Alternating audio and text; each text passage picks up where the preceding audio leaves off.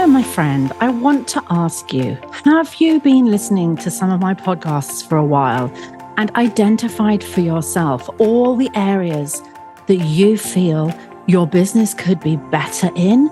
Maybe you just are so busy you haven't yet mastered the working as much as you like bit. Or maybe you're just not bringing in the money, like you're struggling with the income, or it's just not enough. Well, it's time for us to have a conversation. In the show notes, there is a link to my evolution call. If you're a dance boss and you are ready to take action, let's have a chat and let's see where I can take you.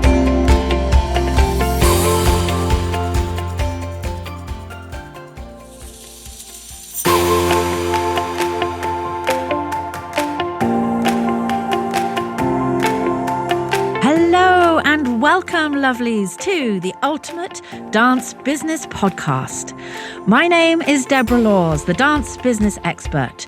My passion is to help you turn your passion into profit while guiding you to work less and earn more. I'm super excited to share interviews with you that I know will inspire and motivate you in your schools, as well as my solo shows where I shall be sharing some great tips and strategies.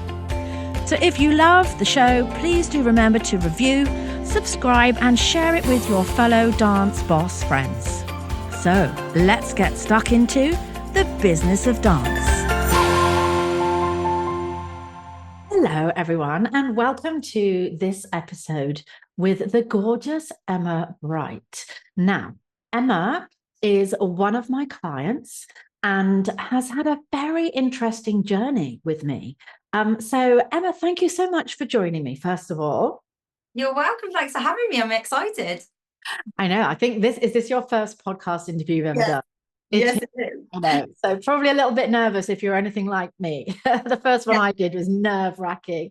But we're super friendly here, and we're going to make it just a nice, easy kind of chat. And I know everyone's going to really enjoy what we're going to be talking about today. But before we get on to kind of the purpose of this, I think everybody would just like to know a little bit about you, Emma. Like, who are you? Where are you from? What's your background in dance? Let's just talk about that first.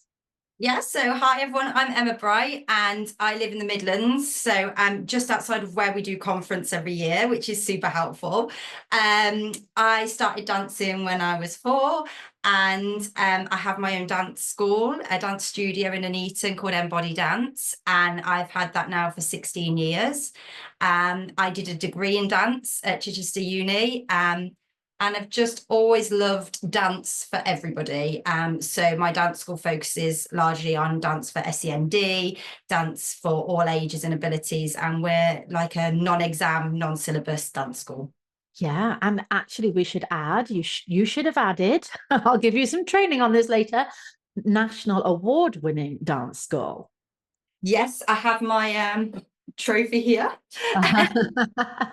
So we won the Inclusivity Award at the Dance Business Conference, which is still, even today, a highlight. Yeah. And it was very well deserved. So, clearly you're very passionate about dance being for everyone. And, you've been very clever. Like even before we worked together, I've always been super impressed with your legacy, if you like, and your clarity on what it is you want to deliver in the dance world, what you stand for. I think you're somebody that is very clear on your values. And, there's absolutely no question when people see you, hear about you, come and experience you, that, what you stand for. And, that's so wonderful. And that really does make you stand out, as a very special environment. So, first of all, just congratulations and very well deserved for that award. But what's been happening more recently? Because we obviously, you've been with me for a little while as a client. We've worked, you've worked in my membership, and we've also worked one-to-one. Yeah. We've created some amazing results for you. If I do blow my own trumpet slightly, but it's really not down to me. You've done all the work and have achieved some amazing things.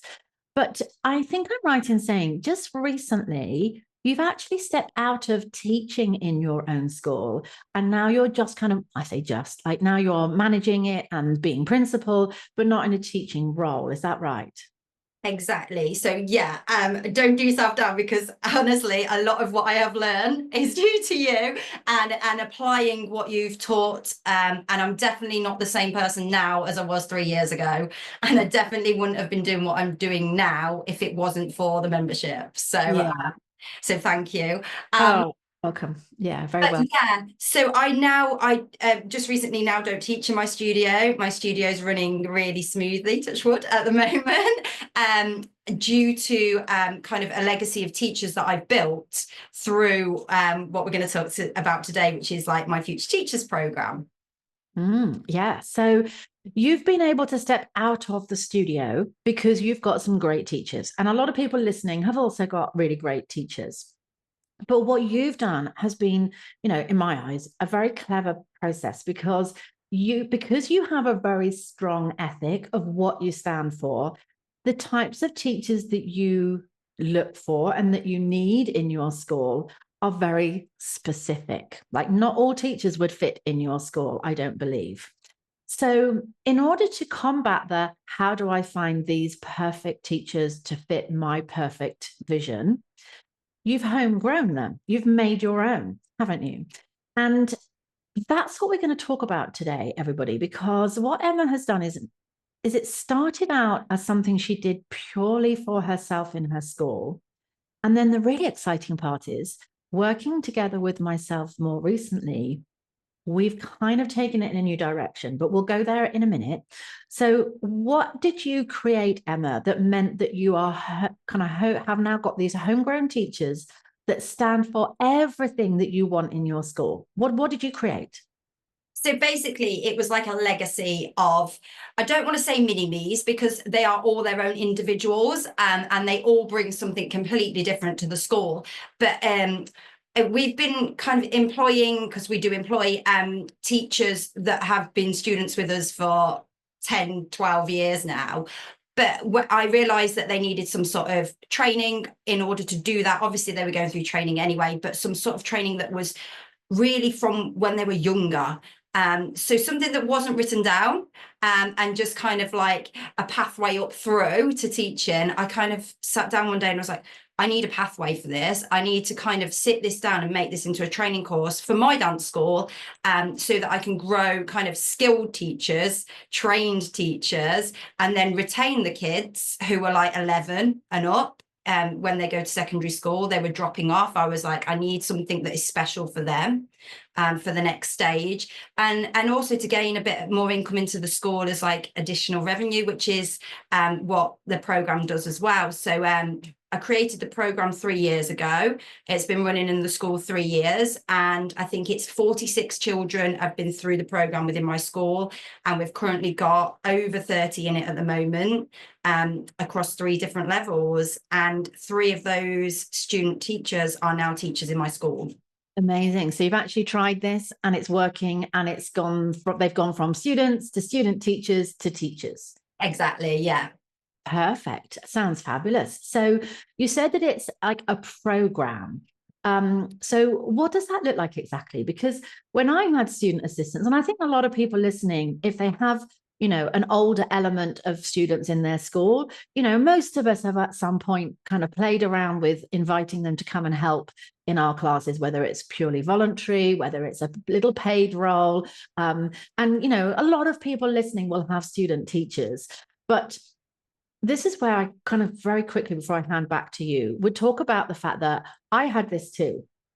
But I'll tell you what I did really badly. And this is old Deborah, by the way, not new business Deborah. What I did was I just invited the kids that were happy and wanted to take part. Mine came along as volunteers just to gain the experience and because they wanted to. And I gave them the day and the time, and they turned up. And I said, "You need to wear your uniform, and you're going to come and help the class in the class." Great. But it kind of stopped there. Like they would turn up, and then I automatically expected them to just know what to do, to like go and help line the kids up in the corner and walk around and do little self-corrections and help them change their shoes. And when I found that they were just standing at the side, like hanging on the bar, not doing anything, I was like, oh, this is a bit annoying. Why are they just standing there doing nothing? And then I try to tell them what to do. And 10 minutes later, they're back standing there doing nothing. And my assistants, I just got to the stage where they were more of a hindrance than a help. And they took so much of my time trying to tell them and kind of encourage them to do what they did. But in the end, I was like, I don't actually think they helped me all that much. Toilet runs, great. They were definitely helpful with the toilet runs. But there was a big problem there for me, wasn't there? Like, what was I doing wrong? And what have you created to combat that?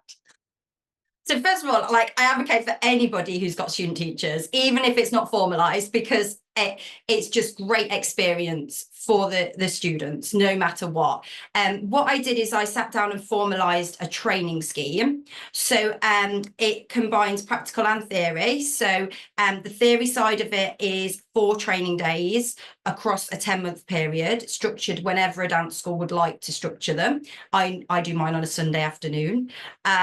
And on those training days, the teacher uses a teacher book, which looks like this, and we use a handbook, and the students work their way through the books, and the teacher uses their annotated notes to take the students through the training days. Okay, so some people will be listening to the podcast, and I was just holding up the brochure, the student books, which look very colourful and gorgeous, by the way. So they have these, so the students have a book that they go through, like course material, I guess, if you like, and they do 4 kind of training days. So so that's really interesting. So there's a lot more structure there. And what kind of things do they learn going through this program? Like, what are the benefits for the kids? So there's 3 levels. The first level is introduction to assisting. Second level is learning to lead. And the third level is all age teaching. So the first level is really, so students can kind of come into the program from age 11.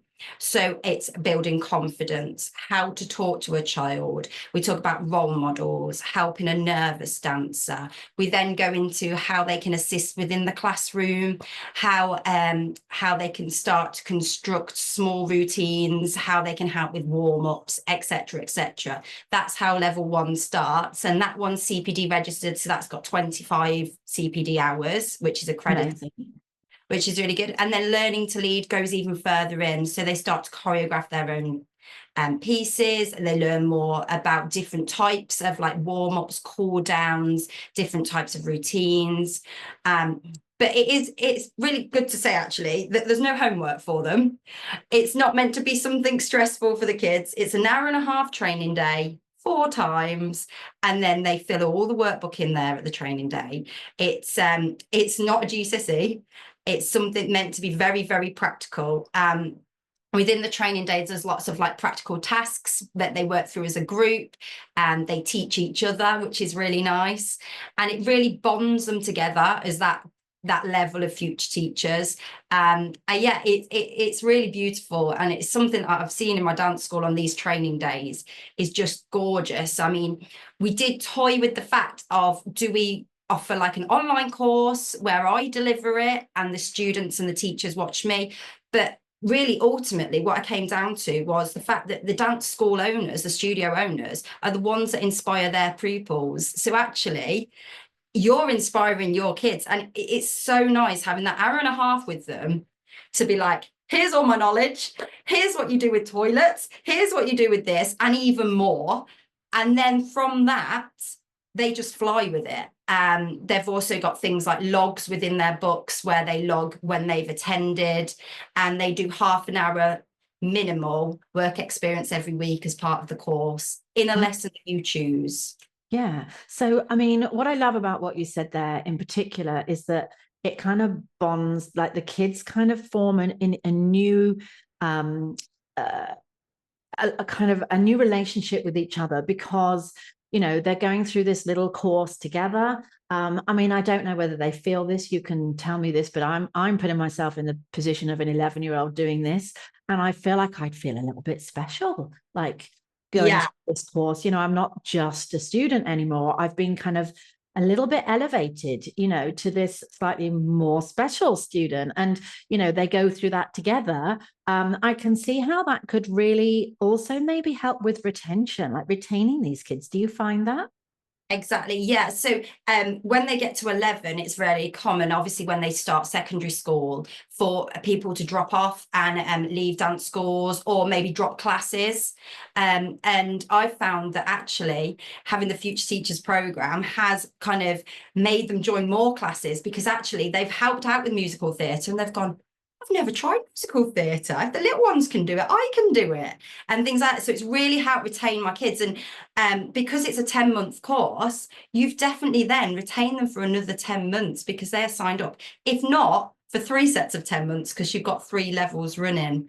And when you say like them feeling special, like I always think of what would have 11-year-old me wanted. And they each have a t-shirt in a different colour for each level, and we provide the t-shirts for the dance school, and the dance school has their own logo on the t-shirt and my Future Teachers logo on the back, so it very much is the dance school's course as well as our program.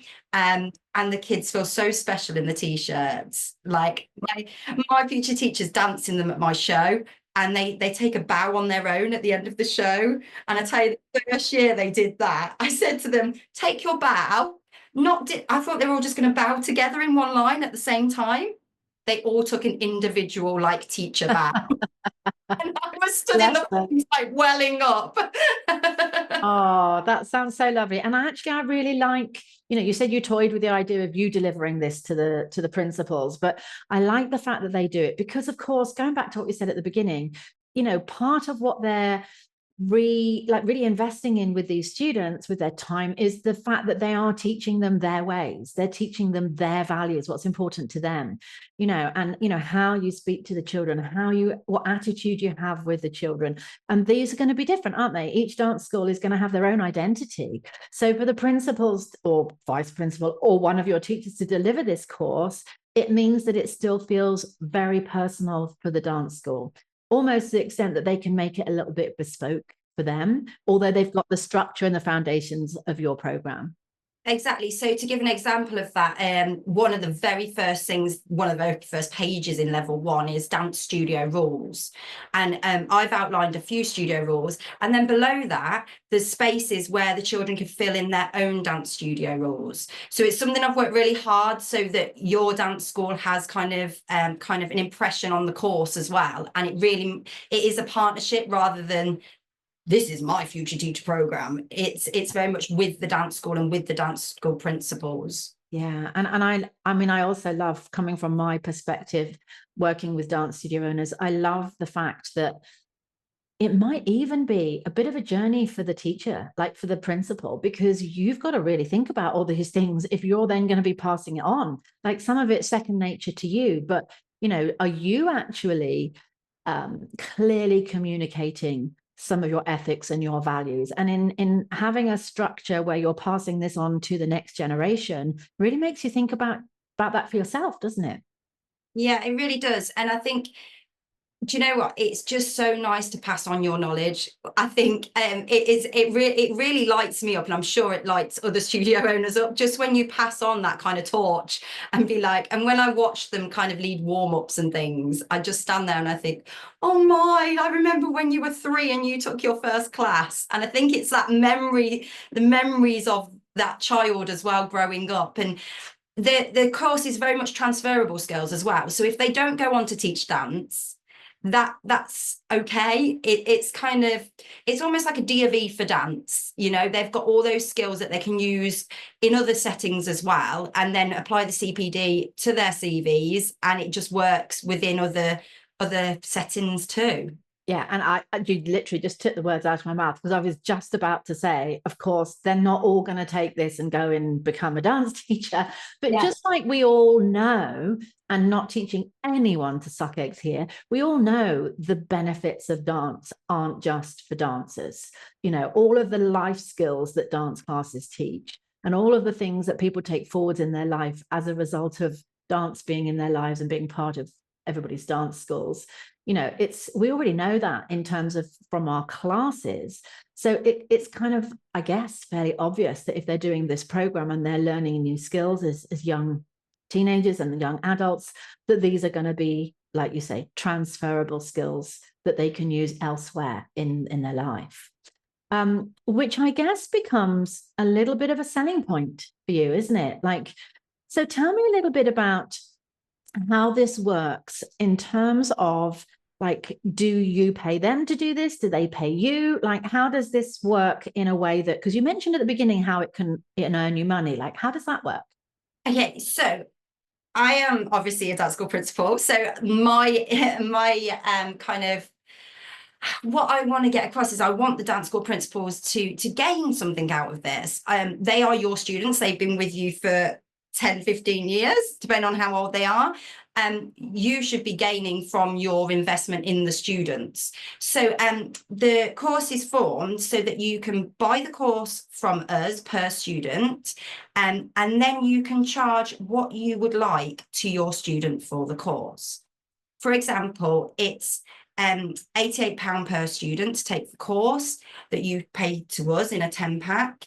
And then what happens is you then pass on that charge to your students and more. For example, I charge my students £250 for the 10 months. You could do that by monthly charge or for upfront at the start. You are then making money on your course.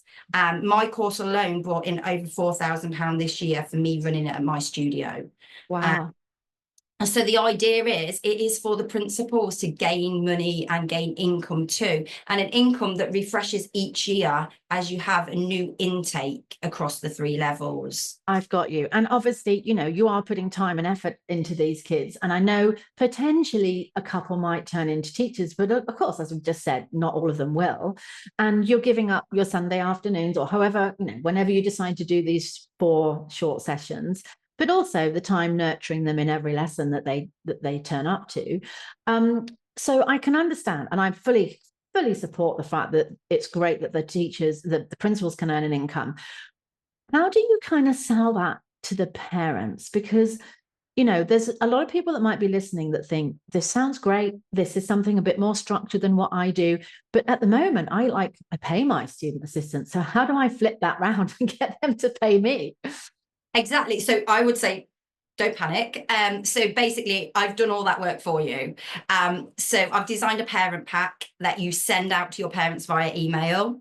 I've designed all the email templates for you that explain to the parents what the course is, what the benefits are, what your students are going to get out of it, what the CPD means hourly, and there's social media templates in there as well that you can use to promote the course. So yeah, all that work of kind of selling it to parents is done for you. All you have to do is press send. Amazing. So really, it's all about being very clear and very good at communicating the benefits of what the students are going to gain, so that it's come to this new, I don't know, leaps and turns class, and this is what the students are going to gain, not come to this class and we'll give it to you for free or we'll pay you to come. So it really is being sold as an educational, they're learning something. They're not just standing in the corner, potentially going to the toilet with the kids. Exactly. And I think that's where the CPD hours kind of come into play, and the certificate at the end. I think that really shows to parents that it is accredited, and it's internationally accredited as well. And do you know, we are not in the most affluent area, and I've never had a problem with anyone paying for the course, thank goodness, because I think they see the value in it. Yeah. They see the value in it. So it's just about educating them that this is the way. And once you've had that first cohort go through, everyone sees them in your shows. Everyone sees them on the door. Mine get mentioned in the programme at our shows, future teachers by name. So it's all those little things as well that educate the parents. I've had kids as young as 7 come up to me and be like, to be a future teacher, am I old enough?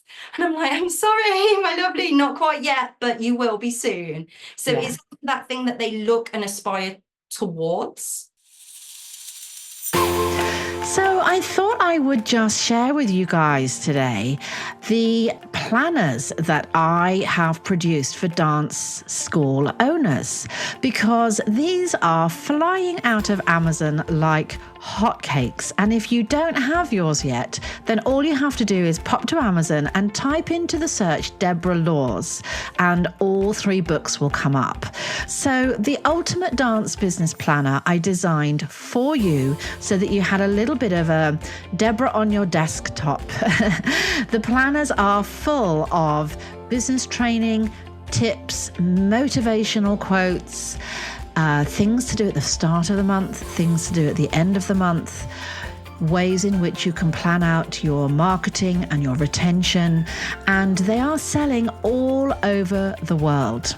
So go to Amazon, grab your #1 best-selling Ultimate Dance Business Planner and enjoy mapping out the growth for your studio.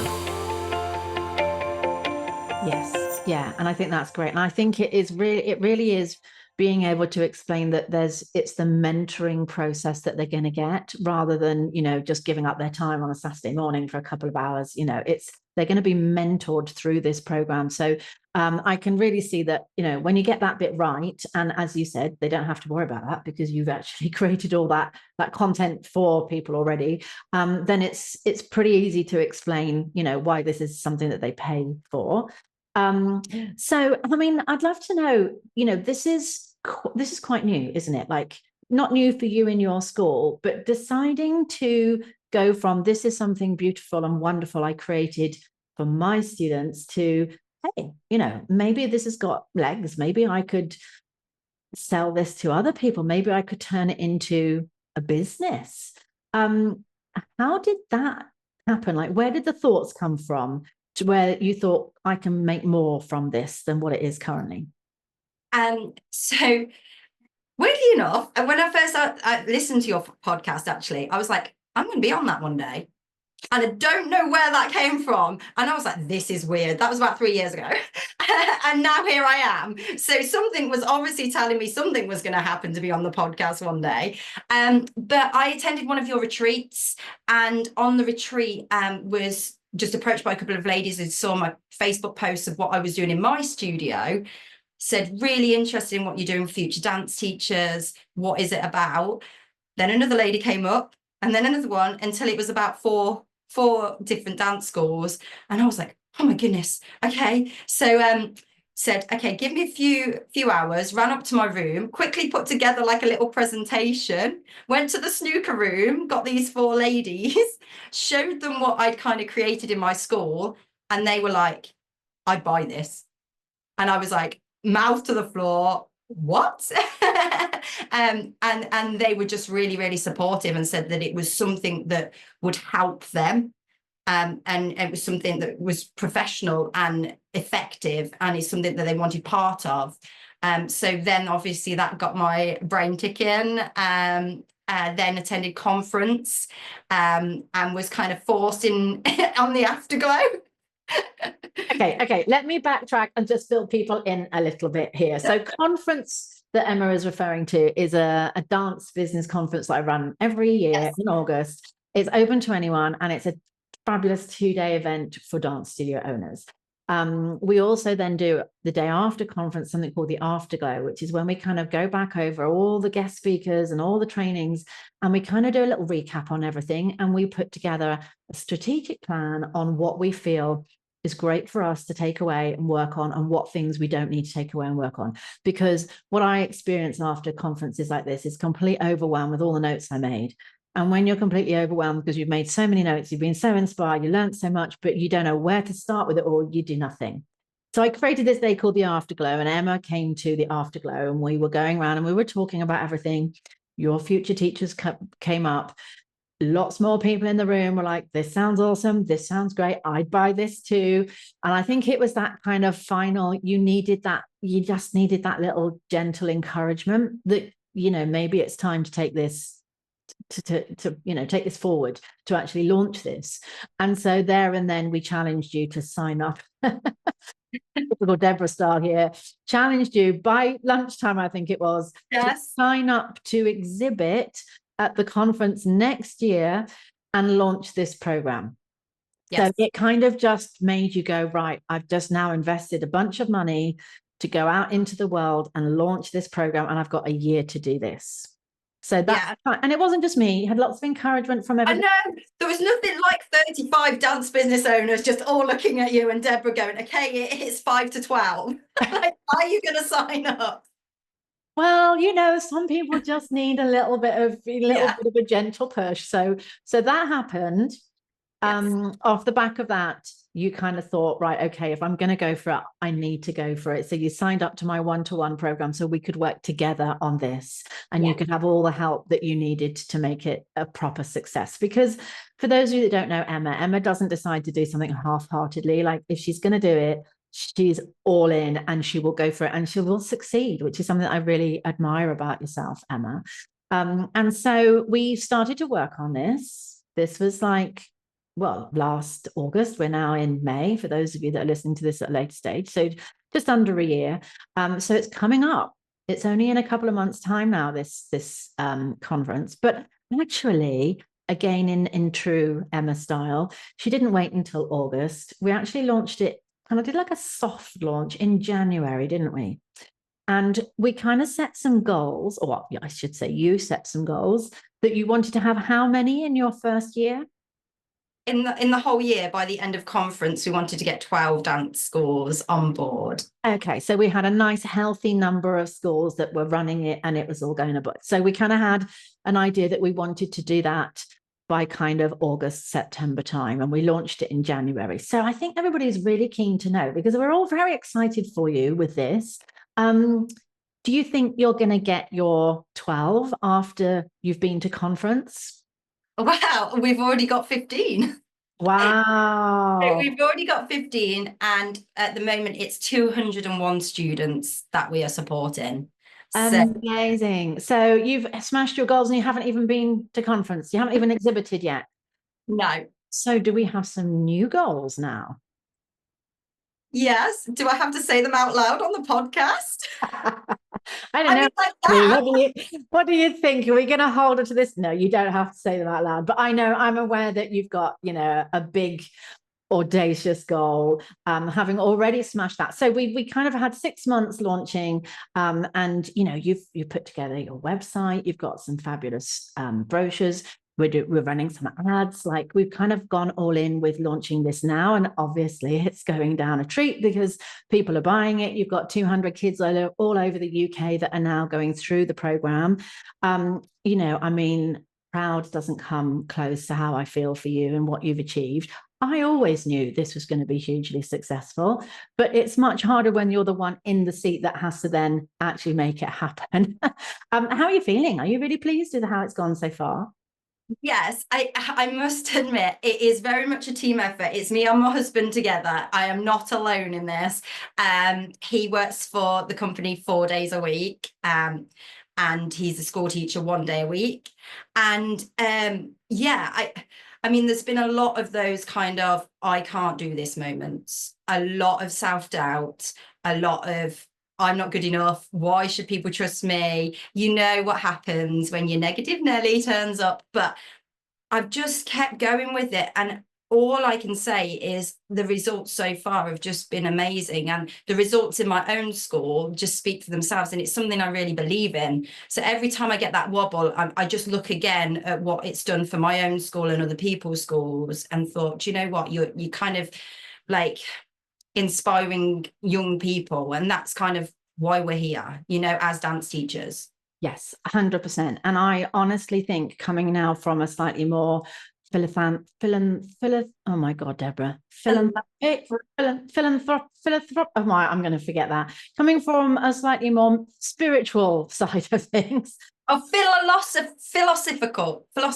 No, it's not that either, Emma. Okay, scrap that. Anyway, everyone's laughing that's listening to us. Philanthropical. There we go. I think I got there. Anyway, coming from a different side of things, I really genuinely believe when you create something that is led with passion and serving other people, that with the right amount of help but also ambition and tenacity, it's always going to work.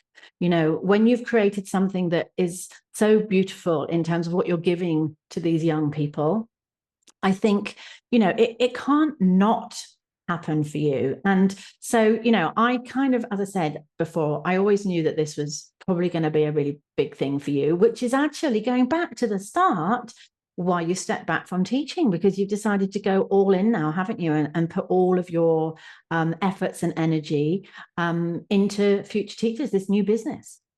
Yeah, and that in itself is scary. But I have looked up to other people, especially like on our recent Ignite Day, people were giving me advice of how to step back from the studio and how it does feel very alien at first. And yeah, it's been really good to hear other people's stories as well, of stepping back. And yeah, it's scary, isn't it? It's your baby.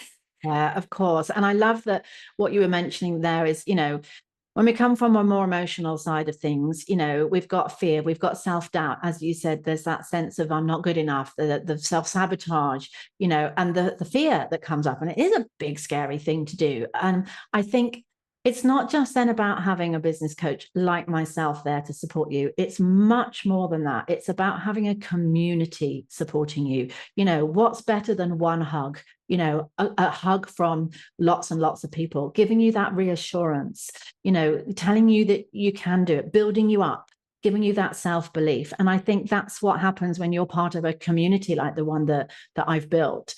And I think that's probably what you needed to hear. You needed people saying, yes, you can do it. And here's some advice. And this is what I think. And, you know, hopefully when I do these events, whether they're membership events or whether they're like the conference or even just listen to this podcast, hopefully it is there to inspire, but help you to believe in yourselves a bit more. And because we all need that sometimes, don't we?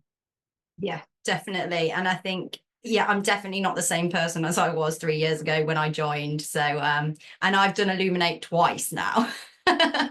Yeah. And, you know, I think that it's really lovely to hear about your journey. You know, it's not just about people finding out about your program today. That's not really why, you know, I brought you on the podcast. I wanted people to see that when you've got a vision, when you've built something, you know, from the heart that has a real place in society, or at least within our industry, that with the help and support, you can make something really beautiful from that. And I think that's what this podcast is really about for people that are listening.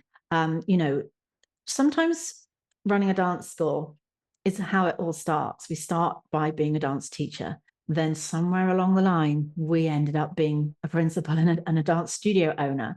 And then we work our socks off at that.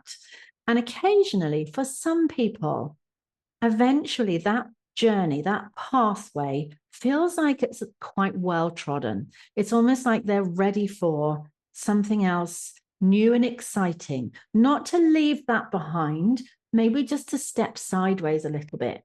And you might want to step sideways because you've got a vision or an idea or something that niggles you, that keeps coming up, that you keep feeling.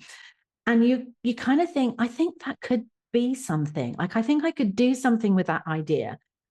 And it's that wibbly wobbly stage between, do I step off of this pathway and onto a slightly new one that's a bit scary and a bit unknown? Or do I just keep doing what I'm doing for the rest of my working career? And I just really love how you've gone through this process of stepping sideways and going down this new pathway. And so what advice would you have, Emma, for somebody that might have an idea of their own? You know, it could look like anything. It might be, I don't know, maybe someone has a dream of running their own college, or maybe somebody has a dream of starting an SEN theatre company, or maybe somebody has a dream of creating their own franchise. Like, if somebody has a dream that's kind of starting to bubble up inside them and they feel like it could be something, but they have all the same self-doubt that you kind of experienced, what advice could you give them? Well, I think I would say that if I can do it, you can do it, for one. Like, being somebody who just came from a vocational dance school as a 4-year-old, doing one class a week, who like literally just did acro, who was in a car with one of her friends one day at age 13, and her mum asked me, what would you like to be when you grow up? And I said, a dance teacher, and they both laughed out loud at me. And I think it was in that moment I was like, everything's against me. There is no way I can do anything. And I think I've gone and got myself trained. I've become a studio owner, and now I'm offering this course. I think if I can do it, anyone can do it. And just don't be scared of your own ability. I think I wish I could say that to myself more often than I do. Yeah, you sound like me when I'm preaching to other people, and then I know that I don't always do it for myself. And I need a mirror in front of me. Yeah. And like you've already said, you've been really honest and open and transparent today. You know, it's not all been easy. You haven't had that self-belief at times. But you've gone ahead and done it anyway. You faced those fears. You know, there's a wonderful, I think it's Louise Hay that wrote a book, you know, Fear the Fear and Do It Anyway. Like, I feel like that kind of really embodies what you do. Excuse the pun, as she's wearing an embodied t-shirt. But I think, you know, so maybe it's just that. It's just saying to those of you that are listening, you know, what's the worst that can happen? You know, you create something and it doesn't work, or it doesn't really take a big hold, or it works a little bit, but it's not. But, you know, what's worse? We regret not trying, or that we try and it doesn't work. And I think, you know, my slogan in my dance school is giving everyone the chance to dance. And I think every time I go back to that, and I think, and that's at the core. The core is, are you giving everybody the chance to dance? And if the answer is yes, then do your idea. So maybe go back to what your dance school is about. And if then that reflects in what you want to go forwards and doing, then that then is your core as well. Yeah, I really love that. Thank you. That's a really great bit of advice. So I know that everyone listening wishes you so much luck with this business. Like, you've really, you know, it's been lovely listening to the journey, you know, how it all started and how it's evolved. And of course, it's still very, very much in its early infancy. You know, maybe we have you back in another 3 years' time when you're selling your program all over the world. And you've retired, you're sitting on the beach in the Maldives. And, you know, and don't have any doubt that will happen. Do you think this is something that you could sell globally? Like, could you sell this program to anyone in the world? Yeah, I think so. Again, that's another moment, isn't it? So we'll see how conference goes first, Deborah. Yes. See, I'm already one step ahead here. Emma's gone, my God, what's she going to make me do next? I think we need to tweak a few things, because, you know, it might be tricky sending stuff out, you know, around the world, but there's always a way. There's always a way to get around issues. So yeah, I'll rein it in a little bit. I'll let you do the official launch at conference. We'll get you your big audacious goal this year, and then we'll see what exciting things we can do after that. And of course, if anybody wants to find out about this, if you'd like to chat to Emma about it and find out a little bit more, then you can visit dancebusinesssolutions.com, because Emma is on there. I've created a page for her so that you can read all about it and contact her. But you've also got, I think, some social media. What's your social media page called, Emma? So Facebook, Future Dance, Embody Future Dance Teachers, and Instagram, Future Dance Teachers. Yeah, lovely. Thank you. And thank you so much for being brave, doing your first podcast, and coming and sharing your journey, and really inspiring others to be brave too. And as I always do, and I think you know this because I think you listen to my podcasts, I have some quick fire questions for a bit of fun to throw at you at the end. Okay. Are you ready for this? I have made them super easy because I didn't want to completely terrify you. Okay. So, favorite ice cream, Emma? Oh, vanilla. Oh, vanilla? Yeah, but with sprinkles. You're not vanilla. Oh, vanilla with sprinkles. That sounds good. Favorite movie? Sound of Music. Julie Andrews. Of course, Julie Andrews. Favorite holiday destination? Norway. I've been to Norway twice, and I'm going again this year, and it's beautiful. Oh, amazing. That's a really unusual one. My son's to Norway this year, I think, as well. So yeah, gorgeous. I was there. I was working on a cruise ship that did the Norwegian feuds a couple of years ago. So yeah, I did get to see a little bit, but not all of it. Do you have any phobias? Phobias. I don't like flying, so I go on a cruise to Norway. And I don't like tight spaces, like, you know, when you're all in, like, yeah, a bit claustrophobic, I think. Claustrophobic, got you. What is your biggest dream? To give everybody the chance to dance. Oh, that's such a good answer. That's such a good answer. And last one, which is a little bit putting you on the spot, because we have been working together for the last 2 or 3 years. If you could tell everybody one thing that you have learned working with me that stands out and is really impactful, what would that be? One thing, Deborah. I know that's hard, but one thing what's the first thing that pops to mind? I don't think it's a thing. I think it's you as yourself. I think it's the fact that you have faced so many challenges and you've shared things with us at retreats and things, and seeing your journey, I think, inspires my journey. And the fact that you do just go for it. And I think, do you know, when you almost say, like, no, just focus on you. Why are you worrying about everything else, Emma? Just, I think, but in general, I think your journey has inspired us all. Oh, that's really beautiful. Thank you. Oh, now we're going to end all feeling emotional and fuzzy. That's beautiful. And I'm, you know, if a little bit of that rubs off on other people, and then that means that you can go and do amazing things, then, you know, what a lovely feeling for both of us. What a beautiful, beautiful interview. Thank you so much for joining me. And please, anybody, if you've got an idea, just go for it. And if you feel like you need a little bit of support and help, reach out to me. I would love to help you with that thing, that idea, even if it's just to help seed how it could be possible. And then you go off and create it yourselves. Reach out to me. And I'm sure Emma wouldn't mind if, you know, if you wanted to hear a bit more about how it's helped her, if you reach out to Emma as well. Go check out Embody Future Dance on dancebusinesssolutions.com.